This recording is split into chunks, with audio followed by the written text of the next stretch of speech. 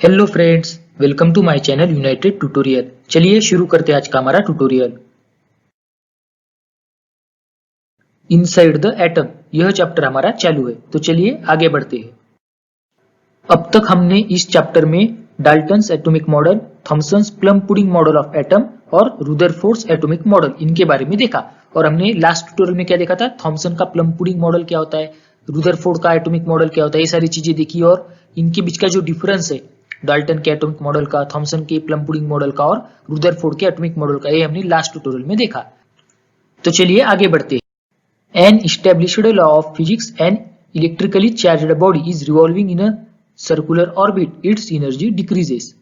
क्या बोला है, फिजिक्स का एक लॉ है जो कहता है कि अगर कोई इलेक्ट्रिकली चार्ज्ड बॉडी अगर सर्कुलर ऑर्बिट में रिवॉल्व कर रही है तो उसकी एनर्जी कम कम होती जाती है। इसका मतलब क्या है, अगर कोई आप बॉडी लीजिए जिसके ऊपर इलेक्ट्रिक चार्ज हो, मतलब उसके ऊपर कोई तो प्रभार हो, विद्युत दृष्टया उसके ऊपर कोई तो प्रभार होना चाहिए। ऐसी अगर कोई बॉडी, ऐसी अगर कोई चीज होगी और वो सर्कुलर ऑर्बिट में यानी वर्तुलाकार कक्षा में अगर वो घूम रही है तो उसकी जो ऊर्जा है, उसकी जो एनर्जी है वो क्या होती है, कम कम होती जाती है। ऐसा एक फिजिक्स का लॉ है। According to this law the atom described in Rutherford's model turns out to be unstable.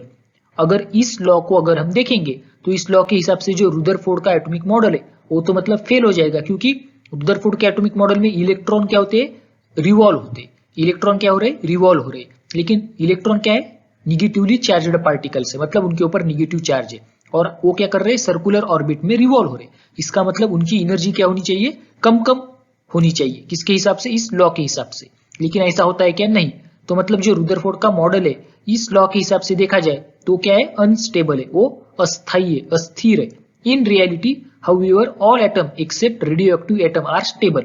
लेकिन अगर हम देखें तो सच्चाई क्या है कि रेडियो एक्टिव एलिमेंट को छोड़ के, रेडियो एक्टिव एलिमेंट के एटम को छोड़ के बाकी सारे एटम क्या है, स्टेबल है, वो सारे के सारे स्थिर है। सिर्फ जो किरणोत्सर्गी पदार्थ के एटम है वही अनस्टेबल है, बाकी के सारे एटम क्या है, स्थिर है। This shortcoming of Rutherford's atomic model was removed by the atomic model put forth by Niels Bohr in the year 1913। और ये जो कमी थी किसमें, रुदरफोर्ड के एटॉमिक मॉडल में वो किसने भर के निकाली, नील्स बोर। उसने क्या किया, 1930 में अपना एक एटॉमिक मॉडल दिया और जो रुदरफोर्ड के एटॉमिक मॉडल में जो कमी थी वो उसने पूरी कर दी। मतलब जो रुदरफोर्ड का एटॉमिक मॉडल अनस्टेबल हो रहा था उसने बताया कि किस तरीके से एक्चुअल में एटॉम का स्ट्रक्चर होता है, किस तरीके से उसमें अंदर इलेक्ट्रॉन रिवॉल्व करते हैं, ये सारी बातें उसने बताई। तो चलिए अब हम देखेंगे नील्स बोर का atomic model. Bohr's stable orbit atomic model. अभी बोर्स का स्टेबल ऑर्बिट एटॉमिक मॉडल है, मतलब हम क्या बोल सकते हैं, स्थायी कक्षा अनुप्रारूप। अभी इसे स्टेबल ऑर्बिट क्यों बोला है, स्थायी कक्षा क्यों बोला है, हमें पता चलेगा जैसे ही हम इसमें और आगे बढ़ेंगे, हमें ये भी बात पता चल जाएगी। In the year 1930, Danish scientist Niels Bohr explained the stability of atom by putting forth stable orbit atomic model. The important postulates of Bohr's atomic model are as follows। क्या बोला है, 1930 में डैनिश साइंटिस्ट, कौन सा था, Niels Bohr, एक Danish वैज्ञानिक था। उसने क्या किया, एक्सप्लेन किया कि एटम किस तरीके से स्टेबल है। रुदरफोर्ड का जो एटॉमिक मॉडल है उसके हिसाब से और जो फिजिक्स का लॉ है उसके हिसाब से देखा जाए तो एटम अनस्टेबल होना चाहिए, लेकिन एटम तो स्टेबल है। तो किस तरीके से एटम स्टेबल होता है ये उसने बताया अपना एटॉमिक मॉडल बता के। और उसका एटॉमिक मॉडल कौन सा है, स्टेबल ऑर्बिट एटॉमिक मॉडल। अभी इसका क्या मॉडल है, इसने क्या क्या बताया, चलिए देखते। पहली बात उसने क्या बोली, the electrons revolving around the atomic nucleus lie in the concentric circular orbits at certain distance from the nucleus. उसने पहली बात क्या बोली कि जो इलेक्ट्रॉन रिवॉल्व करते न्यूक्लियस के अराउंड, क्या करते, परिभ्रमण करते, केंद्रक के अवतिभूति परिभ्रमण करते, कौन, इलेक्ट्रॉन्स। लेकिन वो कैसे रिवॉल्व करते, वो कॉन्सेंट्रिक सर्कुलर ऑर्बिट्स में रिवॉल्व करते। हमें तो पता है कि सर्कुलर ऑर्बिट होती है, मतलब वो क्या करते हैं, वर्तुलाकार कक्षा में घूमते। लेकिन जो वर्तुलाकार कक्षाएं होती है वो क्या होती है, समकेंद्रीय यानी कॉन्सेंट्रिक होती है। मतलब सारी की सारी जो कक्षाएं होती है उनका केंद्रक एक ही होता है। सारे के सारे जो सर्कुलर ऑर्बिट्स है उनका जो सेंटर है वो कॉमन होता है, एक ही होता है, इसलिए उन्हें कॉन्सेंट्रिक सर्कुलर ऑर्बिट्स बोला है। और ऐसे कॉन्सेंट्रिक सर्कुलर ऑर्बिट्स न्यूक्लियस से कुछ डिस्टेंस पे होते हैं, मतलब केंद्रक से कुछ अंतर पे होते और उनमें क्या करते हैं, इलेक्ट्रॉन रिवॉल्व करते। ये पहली बात उसने बताई। दूसरी बात, energy of an electron is constant while it is in a particular orbit. और जब तक इलेक्ट्रॉन किसी विशिष्ट कक्षा में रहेगा उसकी एनर्जी कांस्टेंट रहेगी, मतलब उसकी एनर्जी, उसकी ऊर्जा चेंज होगी क्या, नहीं, उसकी एनर्जी स्थिर रहेगी, उसकी ऊर्जा स्थिर रहेगी जब तक इलेक्ट्रॉन किसी पर्टिकुलर ऑर्बिट में रहेगा। ये बात उसने बताई।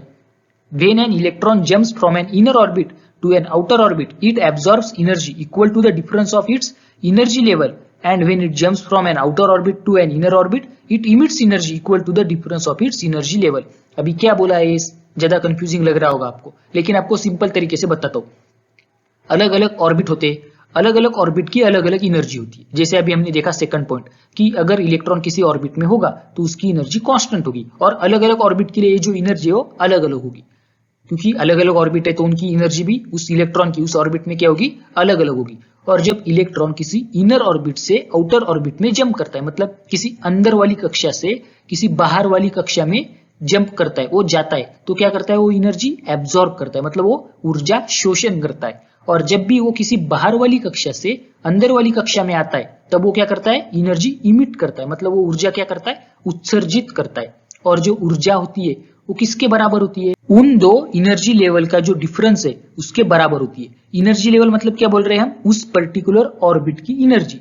वो एक ऑर्बिट से दूसरे ऑर्बिट में जा रहा है, मतलब दोनों ऑर्बिट की एनर्जी अलग अलग होगी, और जो उनका डिफरेंस होगा, मतलब दोनों का जो अंतर होगा एनर्जी का, दोनों ऑर्बिट के बीच का, उतनी एनर्जी वो एब्जॉर्ब करेगा या तो रिलीज करेगा. एब्जॉर्ब कब करेगा, जब वो इनर ऑर्बिट से आउटर ऑर्बिट में जा रहा हो, अंदर वाले ऑर्बिट से बाहर वाले ऑर्बिट में जा रहा हो. और वो उत्सर्जित कब करेगा, जब वो बाहर वाले ऑर्बिट से अंदर वाले ऑर्बिट में आ रहा हो. ये मैं आपको आगे एग्जांपल देके अच्छे से समझा दूंगा. अभी तो हम एक इंटरेस्टिंग बात देखेंगे. क्या है, हमें बोला गया है कि जब एलपीजी गैस हम जलाते, अगर उसके ऊपर हम टेबल सॉल्ट, मतलब हमारा जो नमक होता है यानी सोडियम क्लोराइड, आपको तो पता होगा नमक जो होता है वो सोडियम क्लोराइड होता है, तो उसको अगर हम उस गैस के स्टोव के फ्लेम के ऊपर डालेंगे, मतलब जो फ्लेम होती है, ज्योत, हमें पता है ज्योत होती है ना गैस के ऊपर, तो उसके ऊपर अगर हम नमक डालेंगे तो हमें क्या देखने को मिलेंगे, येलो स्पार्क्स देखने को मिलेंगे. येलो स्पार्क्स मतलब हमें पीले पीले पीले रंग की क्या देखने को मिलेंगी, ठिमगी. अगर हम पानी में डालेंगे सोडियम का टुकड़ा तो हमें क्या दिखेगा, वो भी जलेगा. पानी में डालने के बाद भी सोडियम क्या होता है, जलता है. और जो ज्योत होती है उसकी, वो कौन से कलर की होती है, पीले रंग की उसकी ज्योत होती है. और जो रास्ते के ऊपर सोडियम वेपर के जो लैंप्स होते हैं उनमें से भी पीले रंग का ही लाइट आता है. हमें पता है रास्ते के ऊपर जो बड़े बड़े लाइट्स होते हैं, अगर वो सोडियम वेपर से बने हुए होंगे, सोडियम वेपर के होंगे, तो उससे पीले रंग का लाइट आता है. इन सारे एग्जाम्पल से हमें क्या देखने को मिल रहा है कि जो इलेक्ट्रॉन होता है, सोडियम का जो एटम होता है उसके अंदर जो इलेक्ट्रॉन होता है वो क्या करता है, एनर्जी एब्जॉर्ब करता है और अंदर वाली कक्षा से बाहर वाली कक्षा में जाता है, जंप करता है, आउटर ऑर्बिट में जंप करता है. और फिर क्या करता है, फिर से इनर ऑर्बिट में जंप करता है. लेकिन फिर से जब इनर ऑर्बिट में जंप करेगा तो एनर्जी क्या करेगा, इमिट करेगा, उत्सर्जित करेगा. और जो ऊर्जा वो उत्सर्जित करता है, और ये जो ऊर्जा उत्सर्जित हो रही है, ये ऊर्जा हमें किसके माध्यम से देखने को मिलती है, वो जो पीले रंग का प्रकाश होता है उसकी ऊर्जा के माध्यम से. मतलब जो पीले रंग का प्रकाश होता है वही ऊर्जा वो उत्सर्जित कर रहा है, ऐसा हम बोल सकते हैं. और जो ऊर्जा है वो किसके बराबर होती है, जी दो कक्षा के बीच में वो ट्रैवल कर रहा है, मतलब जिस कक्षा से वो दूसरी कक्षा में जंप कर रहा है, उन दो कक्षाओं के बीच में जो एनर्जी का डिफरेंस होगा, एनर्जी लेवल का जो अंतर होगा, उतनी ही ऊर्जा वो क्या करेगा, उत्सर्जित करेगा. अभी हमने ये क्यों देखा, क्योंकि मैंने अभी आपको बताया जो थर्ड पॉइंट हमें नील्स बोर के एटॉमिक मॉडल में देखने को मिला कि इलेक्ट्रॉन क्या करता है, इनर ऑर्बिट से आउटर ऑर्बिट में जाते समय एनर्जी एब्जॉर्ब करता है, आउटर ऑर्बिट से इनर ऑर्बिट में आते समय एनर्जी रिलीज करता है, फिर इमिट करता है. देखिए इस तरीके से उसके ऑर्बिट होते हैं. नील्स बोर है और उसका जो एटॉमिक मॉडल है ऐसा हम बोल सकते हैं. यहाँ पे आपको ऑर्बिट देखने को मिल रहे होंगे. यहाँ पे देखिए के एल एम एन, ये डिफरेंट ऑर्बिट है, या फिर हम उन्हें शेल भी बोल सकते हैं. शेल क्यों बोलेंगे, ऑर्बिट क्यों नहीं बोलेंगे, मतलब ऑर्बिट भी बोल सकते हैं, शेल भी बोल सकते हैं.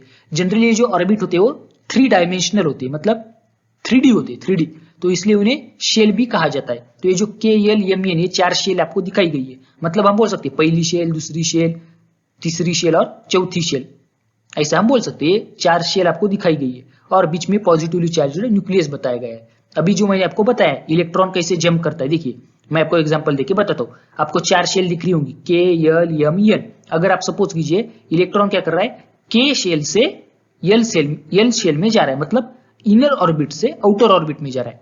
के क्या है, अंदर वाली शेल है, एल क्या है, बाहर वाली शेल है. तो अंदर वाली शेल से बाहर वाली शेल में जा रहा है, तो क्या होगी, एब्जॉर्ब्स एनर्जी, मतलब वो एनर्जी क्या करेगा, एब्जॉर्ब करेगा.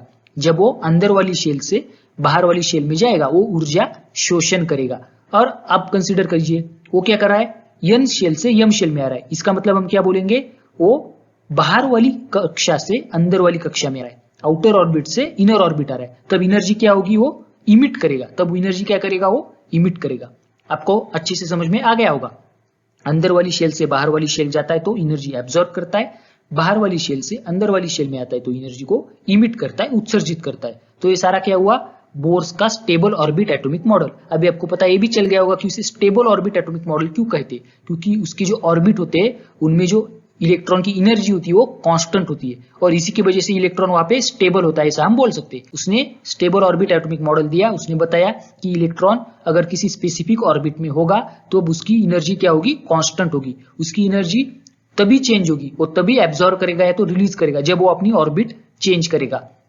अगर वो एक ऑर्बिट से दूसरे ऑर्बिट में जाएगा तभी वो एनर्जी एब्जॉर्ब करेगा या तो रिलीज करेगा। किस तरीके से एब्जॉर्ब करता है और किस तरीके से रिलीज करता है ये मैंने आपको बता दिया। तो आशा करता हूं कि बोर का स्टेबल ऑर्बिट एटॉमिक मॉडल आपको अच्छे से समझ में आ गया होगा। एटॉमिक स्ट्रक्चर, एटॉमिक स्ट्रक्चर मतलब अणु की संरचना। अभी हमें अणु की संरचना देखनी है, लेकिन क्यों, ऐसा क्यों है, जब बोर ने अपना एटॉमिक मॉडल दिया, अणु प्रारूप दिया, तो उसके बाद और कई साइंटिस्ट लोगों ने अपना अणु प्रारूप दिया और ऐसे क्या हुआ, एक नए सब्जेक्ट का निर्माण हुआ, क्वांटम मैकेनिक्स, जिसे हम क्या बोल सकते हैं, पुंज यांत्रिकी। क्वांटम मैकेनिक्स नया सब्जेक्ट ही बन गया जिसमें एटम के बारे में स्टडी की गई। मतलब जो भी एटम की स्टडी आती है वो सारी क्वांटम मैकेनिक्स में आती है, ऐसा हम बोल सकते हैं। अणु की जो संरचना है उसके कुछ मूलभूत तत्व बताए गए जो हमें एटॉमिक स्ट्रक्चर में देखने हैं। अभी देखेंगे हम क्या है atomic structure. An atom is formed from the nucleus and the extra nuclear part, this contain 3 type of sub atomic particles. क्या बोला है, अणु जो होता है वो किससे बना हुआ होता है, केंद्रक से बना हुआ होता है और केंद्रक के बाहर का जो पार्ट होता है, केंद्रक के बाहर का जो भाग होता है उससे अणु बना हुआ होता है। और अणु के अंदर 3 सब एटॉमिक पार्टिकल्स होते हैं। सब एटॉमिक्स मतलब क्या, एटम के अंदर के सब एटॉमिक, या फिर हम बोल सकते हैं एटम से भी छोटे सब एटॉमिक। मराठी में उन्हें अवअणु कहा जाता है, अवअणुकण। अवअणुकण मतलब सब एटॉमिक पार्टिकल्स। कौन से होते हैं वो हम देखेंगे। सबसे पहले हम देखेंगे न्यूक्लियस के बारे में, केंद्रक के बारे में। क्या होता है nucleus, the atomic nucleus is positively charged. जो एटम का न्यूक्लियस होता है वो पॉजिटिवली चार्ज होता है, मतलब उसके ऊपर धन प्रभार होता है। अणु का केंद्रक क्या होता है, धन प्रभारित होता है। Almost entire mass of the atom is concentrated in the nucleus. हम क्या बोल सकते हैं, अणु का जो पूरा का पूरा मास है वो कहां पे जमा हुआ है, कहां पे कॉन्सेंट्रेटेड है, न्यूक्लियस पे। मतलब अणु का जो केंद्रक है वहां पे अणु का सारा जो वस्तुमान है वो कॉन्सेंट्रेटेड है। The nucleus contains 2 type of sub atomic particles together called nucleons. अभी ये इंपॉर्टेंट है, न्यूक्लियस के अंदर 2 सब एटॉमिक पार्टिकल्स होते हैं जिन्हें एकत्रित हम क्या बोल सकते हैं, न्यूक्लियॉन्स। दोनों को दोनों मिला के हम क्या बोल सकते हैं, न्यूक्लियॉन्स। मतलब जो न्यूक्लियस के अंदर पार्टिकल्स होते हैं, सब एटॉमिक पार्टिकल्स, उन्हें न्यूक्लियॉन्स कहा जाता है। कौन से होते हैं, protons and neutrons are the 2 type of nucleons. 2 सब एटॉमिक पार्टिकल न्यूक्लियस के अंदर होते हैं जिन्हें न्यूक्लियॉन्स कहा जाता है। कौन से होते हैं वो, प्रोटॉन्स और न्यूट्रॉन। अभी ये 2 सब एटॉमिक पार्टिकल है। मैंने आपको अभी बताया था कि हमें 3 सब एटॉमिक पार्टिकल देखने हैं, उनमें से 2 है प्रोटॉन और न्यूट्रॉन, और तीसरा आपको तो पता है, तीसरा कौन सा है, इलेक्ट्रॉन। तो उनके बारे में हम जानकारी आगे। प्रोटॉन, अभी प्रोटॉन के बारे में हमें देखना है।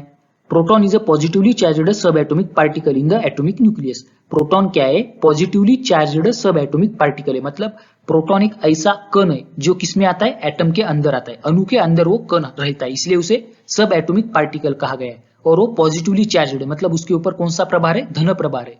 और वो एटम के न्यूक्लियस के अंदर है, मतलब अणु के केंद्रक के अंदर है। The positive charge on the nucleus is due to the proton in it.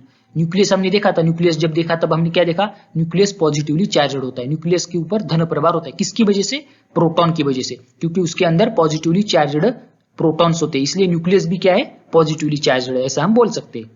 A proton is represented by the symbol P. Proton को हम पी सिंबल से दिखा सकते हैं। किस सिंबल से हम डिनोट कर सकते हैं प्रोटॉन को, पी सिंबल से। Each proton carries a positive charge of 1 elementary charge. अभी 1e बोला गया है, e मतलब एलिमेंट्री चार्ज, यहाँ पे आपको दिख रहा होगा +1e।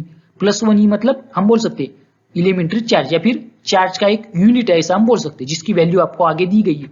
1e is equal to क्या दिया गया है, 1.6 इंटू 10⁻⁻19 कूलम। कूलम क्या होता है, इलेक्ट्रिक चार्ज का यूनिट होता है। प्रोटॉन कितना पॉजिटिव चार्ज कैरी करता है, उसके ऊपर धन प्रभार होता है, लेकिन कितना होता है, 1e। 1e मतलब 1.6 इंटू 10⁻⁻19 कूलम। कूलम क्या है, इलेक्ट्रिक चार्ज का एक यूनिट है, ये आपको याद रखना है। और आपको प्लस साइन दिख रहा होगा, प्लस साइन क्यों लगा है, +1e क्यों बोला है, क्योंकि वो पॉजिटिवली चार्ज होते हैं इसलिए। When total positive charge on the nucleus is expressed in the unit E, its magnitude is equal to the number of proton in the nucleus. हम क्या बोल सकते हैं, जब पॉजिटिव चार्ज को E के माध्यम से हम दिखाएंगे तब हम क्या बोलेंगे, उसके अंदर, उस एटम के अंदर उतने ही क्या है, प्रोटॉन्स है उस न्यूक्लियस के अंदर। अगर मैं बोलूंगा कि किसी न्यूक्लियस के ऊपर कितना चार्ज है, 5e है, कितना, प्लस 5e, पॉजिटिव 5e है, इसका मतलब कितने प्रोटॉन है उसके अंदर, 5 प्रोटॉन है। अगर मैं बोलूंगा उसके ऊपर 10e चार्ज है तो मैं क्या बोलूंगा, प्लस 10e बोलूंगा तो कितने प्रोटॉन आ गए होंगे उसके अंदर, 10 प्रोटॉन्स आ जाएंगे। तो आपको समझ में आ गया होगा। The number of protons in the nucleus of an atom is the atomic number of that element and it's denoted by Z। अभी एक बात भी आपको याद रखनी है, जितने भी प्रोटॉन एटम के अंदर होते हैं, मतलब न्यूक्लियस के अंदर, एटम के अंदर न्यूक्लियस होता है, न्यूक्लियस के अंदर प्रोटॉन होते हैं, और जितने भी प्रोटॉन की संख्या होती है हम किससे डिनोट करते हैं, Z से। हम किससे दिखाते हैं उसे, Z से दिखाते हैं। और उन्हें क्या कहा जाता है, एटॉमिक नंबर। आपको पता होगा एटॉमिक नंबर क्या होता है। एटॉमिक नंबर क्या होता है, एटॉमिक नंबर मतलब number of protons present in the nucleus of an atom. किसी भी अणु के केंद्रक के अंदर जितने भी प्रोटॉन होते हैं उन्हें हम एटॉमिक नंबर कहते हैं, और उसे किससे दिखाते हैं हम, Z से। ये बात आपको याद रखनी है। Mass of one proton is approximately 1 U। अभी U मतलब क्या होता है, U मतलब बोल सकते हैं हम यूनिफाइड मास। U मतलब यूनिफाइड मास, और किसी भी प्रोटॉन का मास कितना होता है, अप्रोक्सीमेटली 1 U, जिसे 1 डाल्टन भी बोलते हैं, 1 डाल्टन। अभी 1 U का आपको आगे वैल्यू दिया गया है, 1 U is equal to 1.66 into 10⁻⁻27 kilogram. क्या है 1 U की वैल्यू, 1.66 इंटू 10⁻⁻27 kg। और 1 U क्या होता है, प्रोटॉन का मास होता है, अप्रोक्सीमेटली प्रोटॉन का वस्तुमान होता है। नीचे एक बात बताई गई है आपको, the mass of one hydrogen atom is also approximately 1 U। किसी हाइड्रोजन एटम का अगर हम मास लेंगे तो उसकी भी वैल्यू कितनी आएगी, 1 U, मतलब प्रोटॉन के मास के बराबर आएंगी। अभी ऐसा क्यों होता है मैं आपको आगे बताऊंगा। हाइड्रोजन का मास अप्रोक्सीमेटली 1 U क्यों होता है, प्रोटॉन के मास के जितना क्यों होता है, मैं आपको आगे बताने वाला हूं। न्यूट्रॉन, अभी हम सेकंड सब एटॉमिक पार्टिकल देखेंगे जो है neutron.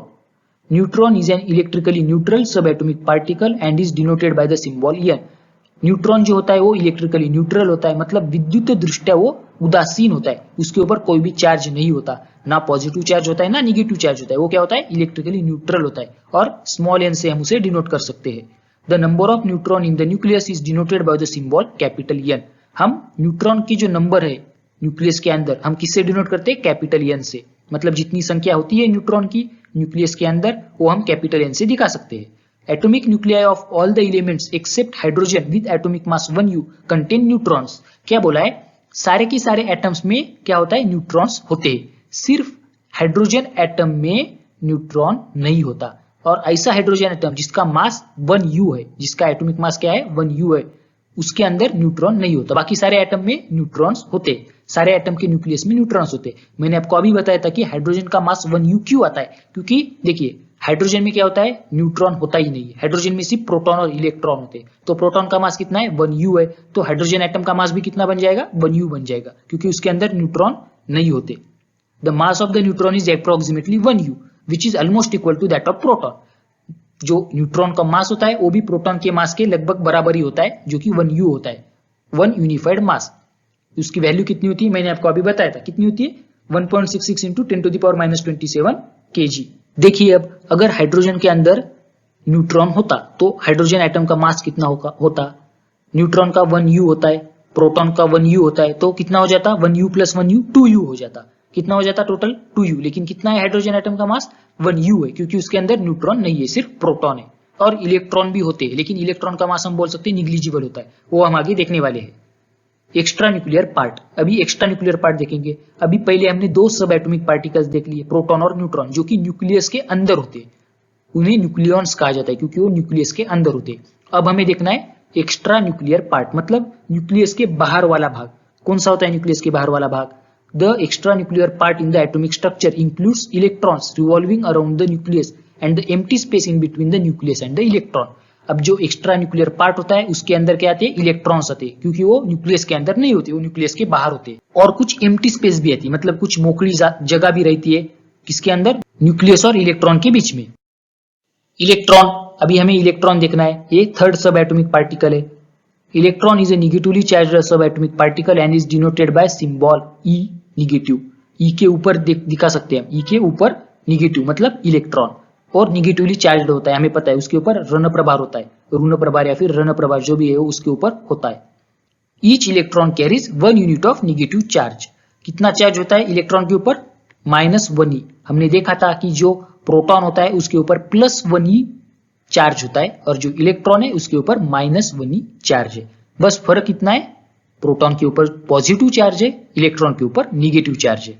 Mass of an electron is 1800 times less than that of a hydrogen atom, therefore the mass of an electron can be treated as negligible. क्या बोला है, जो इलेक्ट्रॉन का मास होता है वो 1800 गुना कम होता है हाइड्रोजन एटम का जो मास है उससे।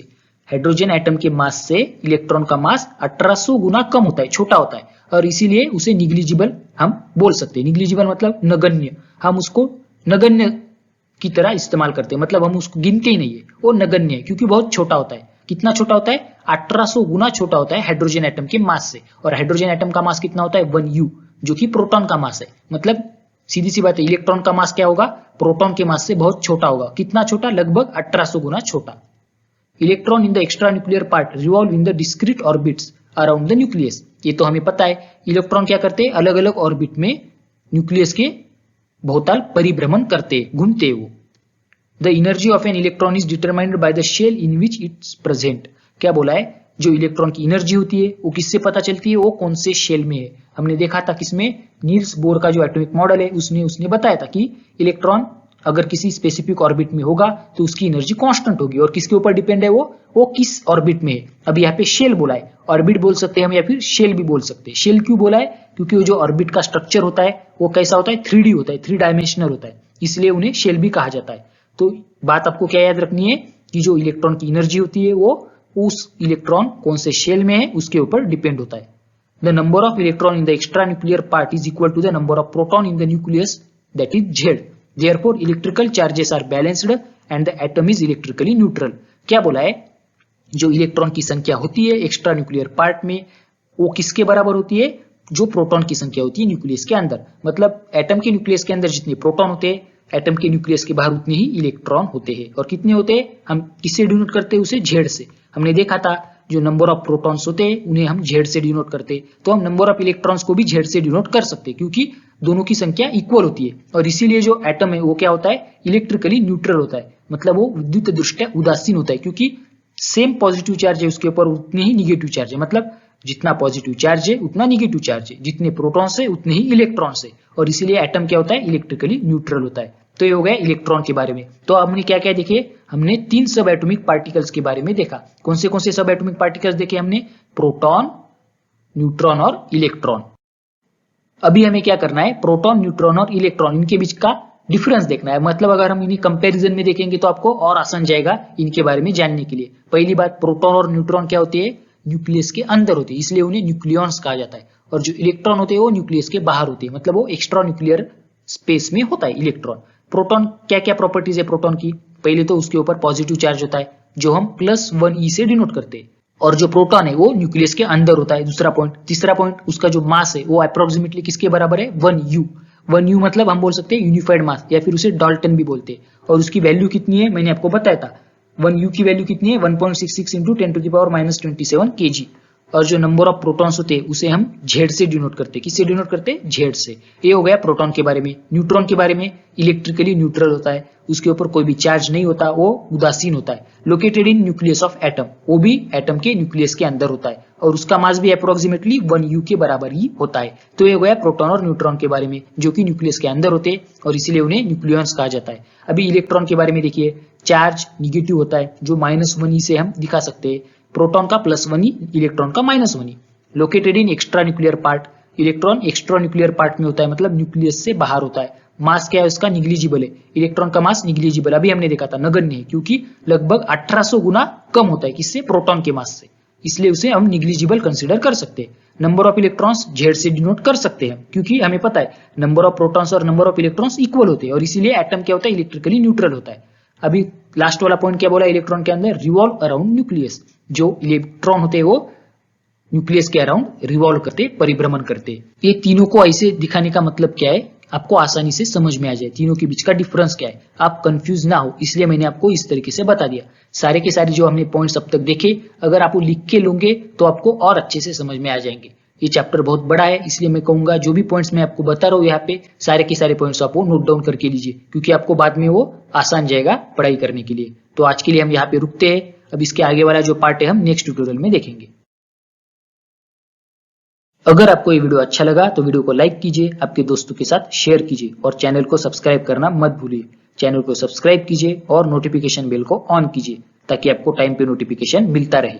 अब हम मिलेंगे नेक्स्ट ट्यूटोरियल में, तब तक के लिए tata bye bye, take care.